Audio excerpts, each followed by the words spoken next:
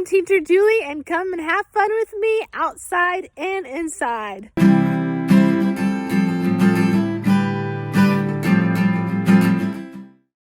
Get ready for some live action! Woo!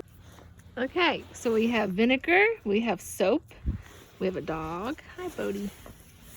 We have baking soda, and you'll need something to scoop the snow with if you don't want your hands. Let's go over here. And then you want to make a pile of snow. Put a container in the middle of it. Okay, put your soap in. Whoa! Squeeze it all out. And your baking soda. Okay, get back and you can put your dye in.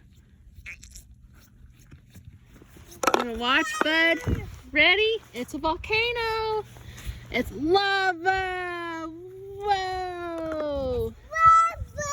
Here it comes. Here it comes. Whoa! It's coming out. Whoa! It's Look at the blue. Get a snowman together. We can. Look at the blue dye. Lava. Snow volcano. And you can make it have more color in it, but we didn't do it. It had a little bit. I'd probably stir it before. But super cool. And now it's coming out blue. Wow! Snow volcano! See, after a volcano is done. Wow! I bet you it's really cold in there.